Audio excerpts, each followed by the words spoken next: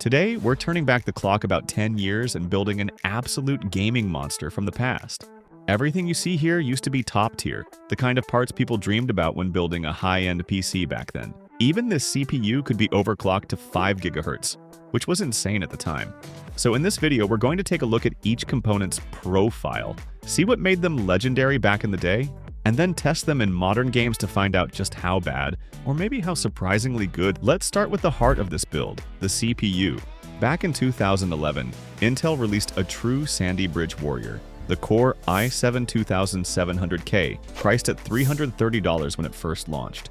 It was one of the best and most popular consumer CPUs of its time.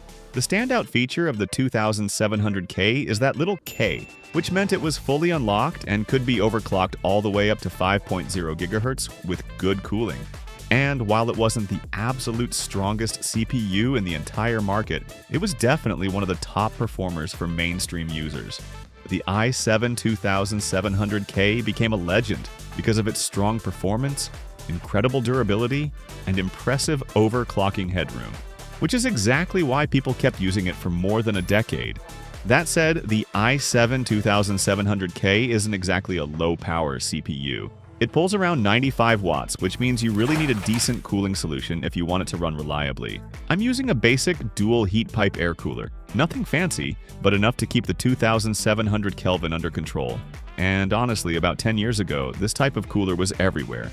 4 heat pipe coolers were becoming the new standard because the stock Intel coolers simply couldn't keep up with high-performance CPUs like this anymore. Since I couldn't get my hands on a Z77 or Z68 motherboard, which are basically extinct where I live because most sellers stopped carrying them years ago, I had to temporarily run the i7-2700K on an H61 board.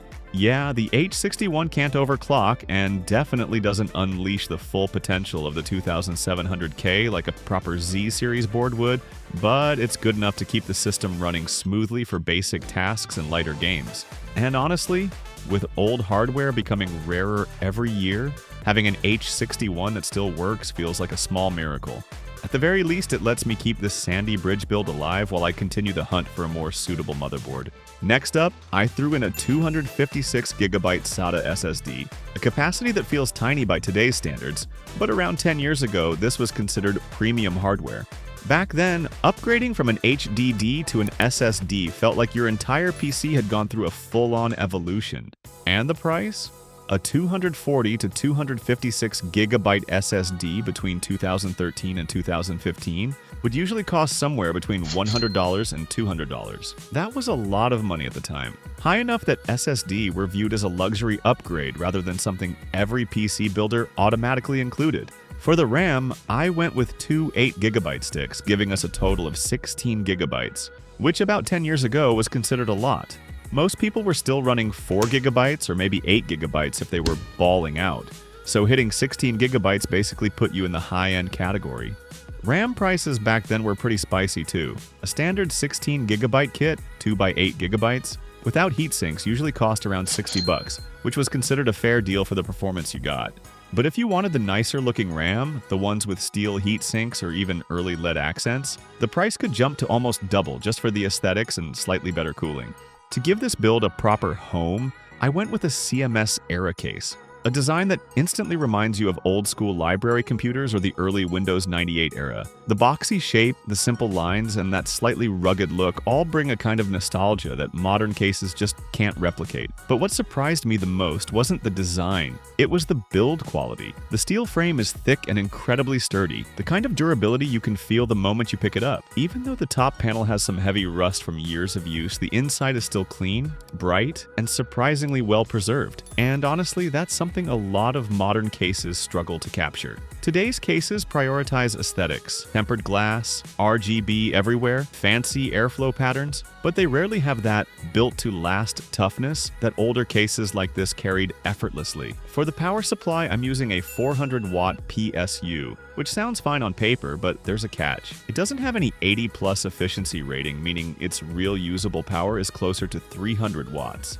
definitely not the ideal choice for a system running a discrete GPU, especially something like the GTX 970. But hey, this is a retro build, and we're working with what we've got. So for now, I'm just hoping it stays stable and doesn't decide to blow up mid-benchmark. And now for the final component, the one I'm honestly the most excited about, the GTX 9704 GB. This was the dream GPU for so many gamers back in 2014, launching at $329 and instantly becoming a bestseller. When it arrived, the GTX 970 created a massive hype wave. It delivered incredible performance for the price, sipped power compared to other high-end cards, and could play practically every AAA title of that era with ease. Just hearing the name is enough to make a lot of older PC gamers remember that feeling. The craving, the excitement, or even the moment they first unboxed one. But its legendary status took a bit of a hit later thanks to the infamous VROM controversy. Nvidia advertised the card as having 4 GB of ROM, but technicians eventually discovered that only 3.5 GB ran at full speed, while the remaining 0.5 GB operated on a much slower bandwidth. This became widely known in early 2015 and sparked a huge backlash. Even so, during its 2014 launch window, the GTX 970 was the GPU to buy, insanely popular, highly praised, and basically the perfect choice for anyone building a powerful but reasonably priced gaming PC.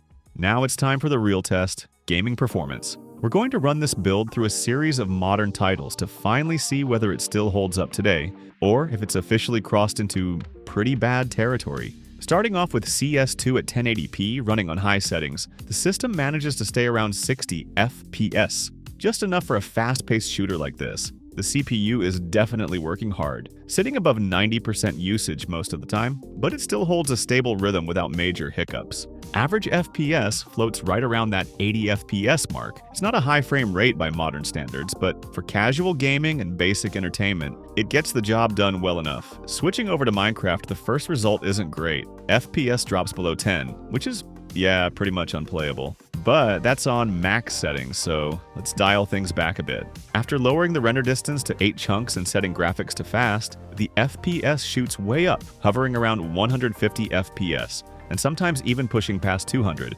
Much better. But the moment I set off a big TNT explosion, the FPS tanked instantly. A perfect reminder that our 14-year-old CPU is doing the best it can. But physics-heavy tasks are still its kryptonite. Now, onto the shader test. This is where the GPU gets to show what it's made of. With shaders on, the FPS stays around 50 while flying and looking down at the terrain.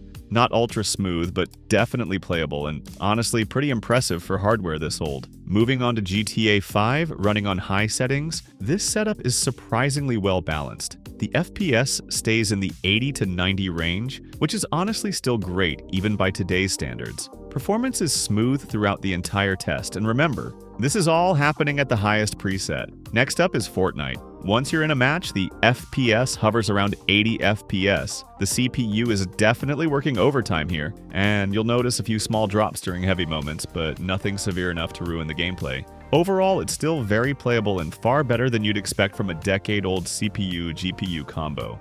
Now, let's see how this system handles a brand new title like Battlefield 6. And yeah, this is where things fall apart.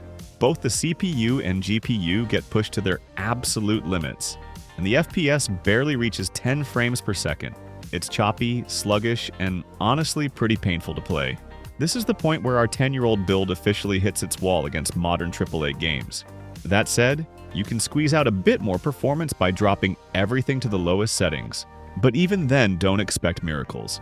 This is clearly beyond what the hardware was ever designed to handle. After testing everything, it's clear that the strongest budget gaming PC from 10 years ago still has some fight left in it, but modern games push it way past its limits. Older titles run great, esports are playable, but AAA games today? Yeah, they're not happening.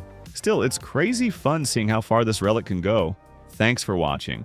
Drop a comment below and tell me what old school setup you want me to test next.